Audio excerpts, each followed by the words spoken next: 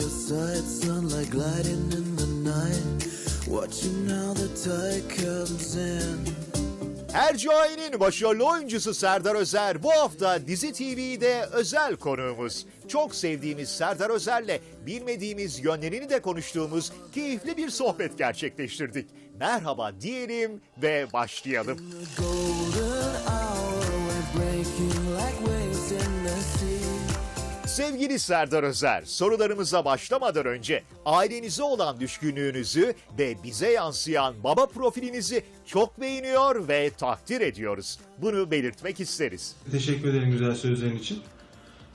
Yani şöyle bir şey, ben aile yaşantısını ve ev yaşantısını çok seven bir insanım açıkçası ve hani hayatta yaşadığımız güzellikler tek başına çok da bir şey ifade etmiyor. Bu daha çok hani ailenle tadı çıkıp güzel olan şeyler bunlar ve bu yüzden de ben hani hiçbir şey için ekstra bir çaba sarf etmiyorum. Sadece mutlu olduğum şekilde yaşamaya çalışıyorum açıkçası.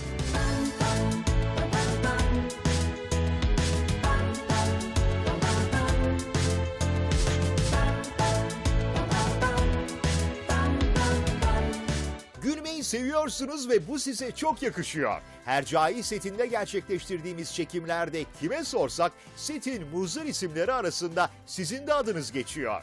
Aynen biraz yani böyle sağa sola iyi anlamda sataşmayı seven bir insanım açıkçası. Özellikle sette böyle çok yorulduğumda ve sıkıldığımda mutlaka böyle bulaşacak, sataşacak kişiler bulurum. Daha eğlenceli oluyor öyle çalışmak açıkçası. Yani hani öbür türlü sadece iş bir yere kadar. Yani hem iş hem eğlence ki bizim işimiz biraz da bunu içeriyor açıkçası. Çok daha keyifli oluyor.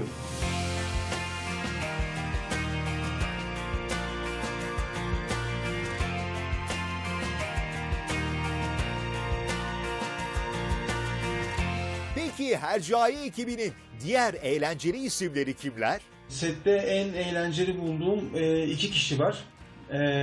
Birincisi Tansu, ikincisi de Serhat Tutumluer.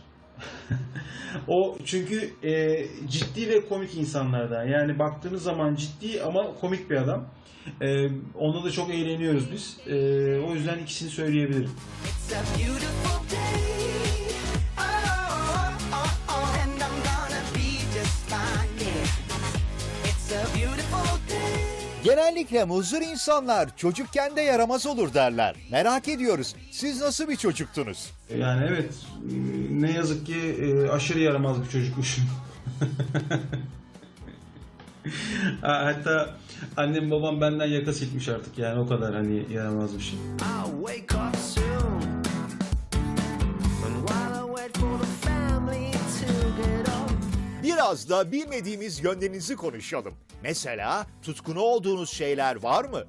Yani ben aslında şöyle çok ciddi bir hani doğa tutkunuyum, doğayı seviyorum.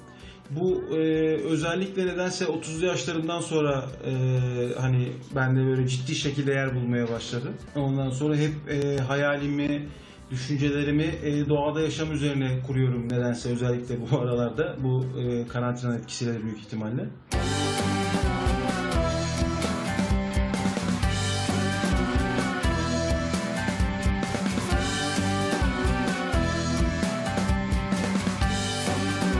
Herkesin çekindiği, sevmediği ya da korktuğu şeyler vardır. Sizinkiler neler?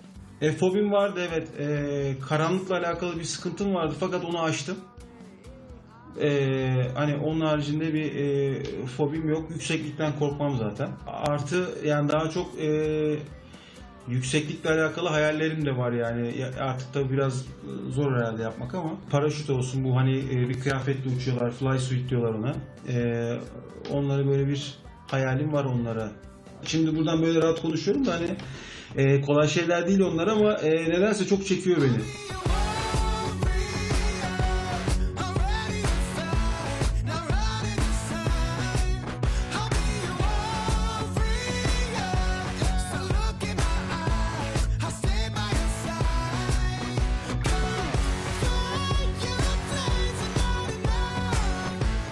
Cihan Şadoğlu karakterine Hercai'de başarıyla hayat veriyorsunuz. Canlandırmayı sevdiğiniz, oynarken keyif aldığınız karakterleri nasıl tanımlarsınız? Şöyle söyleyeyim, içinde çatışmaları olan karakterleri oynamayı çok seviyorum. Herkesin ne kadar kötü olarak gördüğü bir adamın hayatının oraya nasıl geldiğini, niye öyle olduğunu anlatmayı çok seviyorum açıkçası. Zaten senaryo okurken de böyle karakterler tercihim oluyor genellikle. Sen bundan sonra hiçbir şeye karışmayacaksın. Eğer bir daha arkamdan iş çevirip boynumu yere eğersen hiç düşünmeden seni boşarım. Beni duyuyor musun? Seni boşarım. Cihan Şadoğlu da oldukça enteresan bir karakter. İnsanları şöyle bir ikilime soktu Cihan. Hani ilk başta çok kızıyorlardı. Sonra ya acaba mı demeye başladılar ve en sonunda da sevmeye başladılar. Benim nedense kariyerimin son döneminde oynadığım bütün karakterlerde hep bu oldu. Yani böyle bir seyircide bir şey havası oldu. Ya bak sen yok mu sen? Yani sana kızıyoruz ama seviyoruz da yani. Bir şekilde Cihan da böyle oldu. Vallahi Aziz Aslan Bey, benim ailemin tırnağına zarar geldiğinde elbet seni bulacağım. Çünkü bize senden başka zarar veren yok. Ne karar alırsan al, yanındayım. Ama baban olarak Sana bir nasihatim olacak. Ne edersen et, 2 kere düşün oğlum. Hazır oyunculuktan konuşuyorken, ah bunu ben oynasaydım dediğiniz karakterler oluyor mu? Çok oluyor tabii. İzlerken hani böyle iş geçirdiğim çok film var. Hatta eşimle sinemaya gittiğimizde o benim böyle oturma şeklimden, ellerimi sıkmamdan falan anlar bu durumu. Böyle elimi tutar benim ya bakar böyle güler bana. Hani bu iyi anlamda bir mesleki kıskançlık diyelim. Biz sizi izlemeyi çok seviyoruz ama yine de merak ediyoruz. Oyuncu olmasaydınız ne olmak isterdiniz? Ya ben mesleğimi çok seviyorum.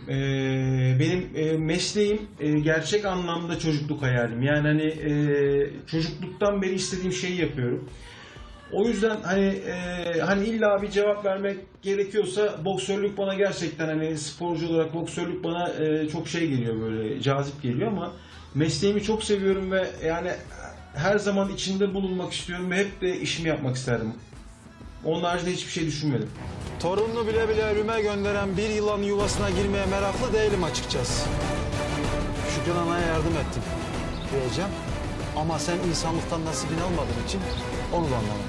Keyifli sohbetimize Serdar Özer'in güzel eşi ve sevimli oğlu Poyraz da katılıyor.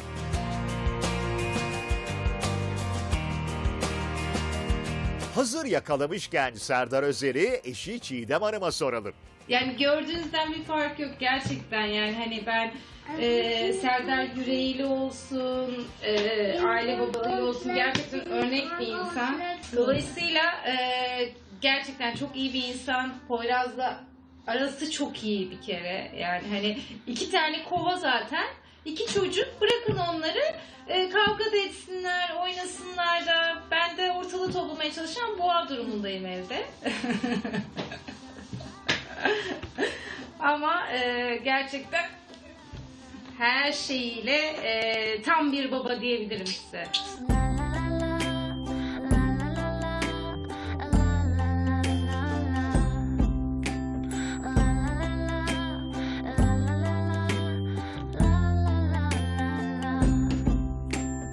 Çiğdem ve Poyraz Özer'i uğurluyor sevgili Serdar Özer'e. Çok teşekkür ederek bu keyifli sohbeti son bir soruyla bitiriyoruz.